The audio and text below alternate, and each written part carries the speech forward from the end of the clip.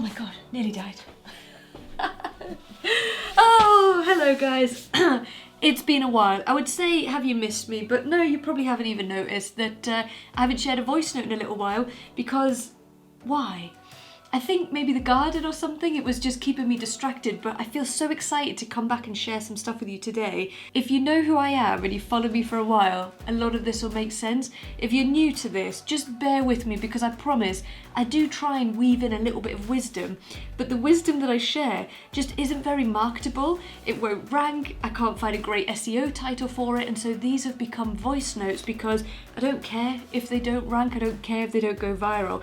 All I care about is that I get to share this stuff because it feels so good, and that one day, in one moment, one person's going to hear it and it's just going to make them feel better or lift their spirits or give them an idea or make them feel motivated to take action. That's what it's all about. So in my head, I hear this line over and over, and it's a line from, very niche, it's a line from a vlog intro that Gary Vee used to do. He used to have this introduction and it was him coming off an aeroplane, and the line said, I want to be happy. Don't you want to be happy? I just want to be happy. Don't you want to be happy? That plays in my head on repeat every single day. I just want to be happy. Don't you want to be happy? And honestly, that line has made me do some crazy things, like leave behind really lucrative opportunities, dramatically change my life, move cities, do wild things because I just want to be happy. Don't you want to be happy? The thing is, happiness, like most good things, it's not a passive process. The passive process of life will see you falling into the trenches of what is easy, what is comfortable, what you've done before. Happiness requires that you actively put yourself in the way of what you want in your life, and you put yourself on the line and you risk failure. And I think this is so funny because, I mean, funny is not the right word. Everybody's terrified of failure. And you might not say it, like, no, Lisa, that's not a fear that I have. I'm afraid that what I have to say isn't relevant, or I'm afraid that if I write the book, no one will buy it. Okay, so you're afraid of failure then. You're afraid of failure. Fear is only ever one of two things. You're afraid it will fail and you won't look good, right? Like, hilarious, because who cares? At least you tried. And the other fear is fear of getting hurt, which again most likely comes down to oh, it failed, I'm embarrassed, oh, I'm hurt. Oh my god, guys, literally, there is nothing to be afraid of. There's nothing to be afraid of. What if you put a post out and it tanks? What if you write a book and it's rubbish? What if you launch a business and it doesn't work? And like, worst case scenario, you end up in debt and have to try again? I've been there, I've done that. I don't have the t-shirt because they don't print those t-shirts, they don't sell. It's not a business to attempt. The point is, you'll never get anywhere unless you try. And here's the thing that I love, right?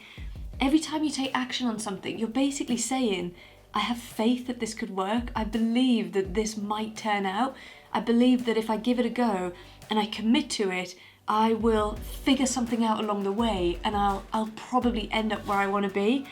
Anytime you procrastinate or hold back or make an excuse or whatever, you're basically saying, I'm fearful that this won't turn out. I'm afraid it won't work. I don't have faith in my ability to see this through. So if you're procrastinating on anything like putting a post out, writing a book, going to the gym, going on dating apps, something like that, if you're procrastinating or holding back or making an excuse, literally remind yourself, recognize right now, all you're doing is protecting yourself from the fear of failure, from the fear that it won't work out. Well, let me tell you, you've already failed because it's never going to work out if you're not even in the game. If you literally don't give it a go, you have failed anyway. So the very thing you tried to protect yourself from, you just ran into it 100 miles an hour. Why did you do that? Why did you do that? The thing that you want sits on the other side of you taking action. But what comes before action? Two things. One, vision. It's putting a line in the sand. That's not the right phrase. It's putting your mark on the ground. It's putting your words on a piece of paper and saying, you know what, this is what I want, and it's different to what I've got. It's actually saying it. And there's a lot of people who want something and they can't even admit it. They won't put it into words, like, I want to be a millionaire. I want to be a best-selling author. I want to be madly in love. I want to be at the top of my game in this sport. I want to try paragliding. I want to move to the south of France. The things that people want Or even just like, I want to quit my job or I want a promotion. They won't even say it because the second they say it, they're recognizing the fact they're not doing it. And again, risk of failure, risk of being hurt, right? So first thing is you got to say it. You got to admit what you want. And that can be like a really private process. You write it down. You don't have to broadcast it. Just keep it to yourself. I don't tell people my big, bold, crazy goals. Actually, no, that's not true, I do. Most people around me know what I want because I talk about it all the time. And because of that, good things happen. So you got to admit it. Second thing, before action comes belief. You'll only ever act in accordance with how you see yourself. And what I'm realizing more and more is that beliefs are so daft, right? They're not fact, they're just opinion. I can have a belief about something. You can have a belief about something. You could share your argument for it, and I could literally change my belief about it overnight. Like, oh, I never saw it that way. Yeah, I think you're probably right. Yeah, I think I'm going to change my belief and now believe that. If you can change your beliefs so quickly based on a good argument, then you can change the most deep-rooted beliefs in your life by getting new perspective, new awareness, reading books of people who've done what you want to do, going to events, going on courses, getting around people who are living their life that you want to live, or they've achieved what you want to achieve, or through repetition. And I keep saying this in the membership this month in August content. Repeat, repeat, repeat till it forms a new belief. Beliefs are just opinions that you've stated so many times subconsciously, you actually think they're fact, but they're not fact. And the dangerous thing about it is none of us publicly say into the mirror, hey, I'd love to write a book, but I just don't believe I have anything valuable to say because when I was growing up, that's not how it happened. We're looking in the mirror, doing whatever, doing our hair, whatever, and we're thinking, oh, I wish I could write a book, I wish I could write a book. And then something else comes up and we do that instead. Because subconsciously, at the point of action, the subconscious belief says, I don't think I'm good enough, I've got nothing to say, I'm too busy. But they're in the background, they're like background thoughts, and they never come into actual words, they never come into physicality, so we don't see them. So if you want to change a belief, you do just have to find it and honestly drown it out with a new belief. Even if you don't believe it in the beginning, you just say, I'm a great writer, I've got so much to say, I'm so confident that if I put pen to paper, I'll figure it out. If you said that to yourself 100 times a day for the next year, might you, in a year's time, and please don't let it be that long, but might you in a year's time be tempted to put some words on a bit of paper? Again, the funny thing about this is, if you put words on a piece of paper and they're crap, so what? Who's going to read it? You're not sat in front of an editor writing live. You could write a whole manuscript and it'd be naff, and you can edit it and make it better and make it better, but you can't edit blank space. You can only edit physicality. So whatever it is you want, please speak it into physicality, bring the beliefs into physicality. I want this, but I'm afraid because, list it all out. I'm afraid because I tried this and this happened. A friend of mine did this and it didn't work out. My parents said this about this. A teacher I had at school said this. Someone doesn't support me. I'm afraid I won't make money. Blah, blah, blah, blah. List it all out. For each belief, write the counter belief, write the new story. Teacher told me never to write. I'm a terrible writer. I should avoid a job with writing. Counter belief. I'm an adult now. I can write what I want. And guess what? Spell checker's amazing and I can get an editor to help me. It's the ideas that are powerful. I'm really good at sharing ideas. I've got so much value to share. I'm going to put words to paper and get better as I go. Next belief. And you just do that. And then every day you wake up and you read the goal. I can't wait to be a published author. I'm going to write this amazing book about XYZ. And you read the affirmation. I've changed my life so many times through affirmations. The hard thing about this is the loop. When you get stuck in a negative loop, it's so hard to feel so powerfully that things aren't going well, that you're stuck in a rut, that the world's against you, to then all of a sudden, in contrast, be like, oh, hey, I know I'm in debt, I know I'm suffering, I know I hate my relationship, I know I don't want to live here, I know all these horrible things about me, but I think I'm just going to pretend to be happy, because Lisa said an affirmation will change my life. There is a very big difference between this toxic positivity of just pretending you're happy and actually doing the work to shift yourself up the vibe scale. So there's a scale of human emotions and we have low vibe energy, sounds really harsh, but anger, jealousy, envy, deceit, all of that stuff is low vibe. When you're in that space, you feel flat, you feel tired, you feel small, you feel you just don't feel good, right? I'm doing physical impressions of this, but if you're listening on the podcast, I'm just shrinking myself down. I've also noticed I'm what's this called when your shoulders are down? I can't think of the word. Not sloping. Oh my God, the word won't come.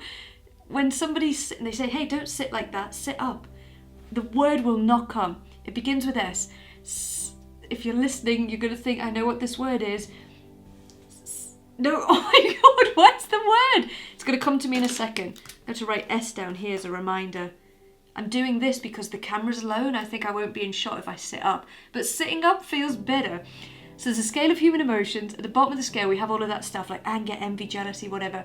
In the middle of the scale, we might have gratitude, we might have happiness, we might have contentment. At the top of the scale, we have more energized, more high vibrational energy like excitement, creativity, a sense of adventure, a sense of expansion. And I'm sure, everyone has these scales in different ways. You just know that when you feel a certain way, it has a different energy and it attracts different things into your life. Toxic positivity, not that I'm an expert on this, but I hear people talking about it. It's feeling really rubbish and pretending you're happy and not doing anything in between. For me, going from lost, stuck, despair, sadness, whatever, into happiness, joy, excitement, you do have to do the work. Sucks, right? And this is why I'm saying being happy is not a passive process. It's an active process. If you defer to default, you will sink into low vibe stuff. And I'm not even going to get into why, you just will. If you want to change your life, you have to actively say, I want to feel this way, I want to do these things, what is that going to take of me? And you don't have to make a massive leap. But here's the thing, if I want to write a book and I feel stuck and I feel low and I feel demotivated and I don't believe in myself, will getting into bed, watching a horror film or like a drama series on Netflix help me feel better, yes or no? Yes, because I get to procrastinate and avoid. No, because that's more low vibe stuff. Not saying there's no place for it in your life. I'm saying it doesn't suit your goals. If today I'm determined to write some stuff for my book and I don't feel it and I'm not into it and it's been like this for like 10 years, let's be honest, then I have to say, what makes me feel better? Going on a walk makes me feel better. It is free. And it moves my body, it releases energy, it gets the endorphins going, it gives me a break, it feels better. If I put motivational voice note or music or a comedy show in my ears while I'm walking, boom, that makes me feel better too. If I come back and I read my affirmation, I do some journaling, I make a cup of tea, I go sit in a nice environment like around the corner from where I'm sitting, I've just made this beautiful writing space. I'm so excited to sit and write there. If I make this space and I make it easy for me to get into flow, will I then be more tempted to write? Absolutely. Is it easy going on a walk? Yeah. Is it easy not to go on a walk? Yeah. Is it easy to journal and just write down how you feel and say some kind words to yourself? Yeah. Is it easy not to do it? Yes. Is it easy to go and watch some stuff on the telly and sit in avoidance? Yes.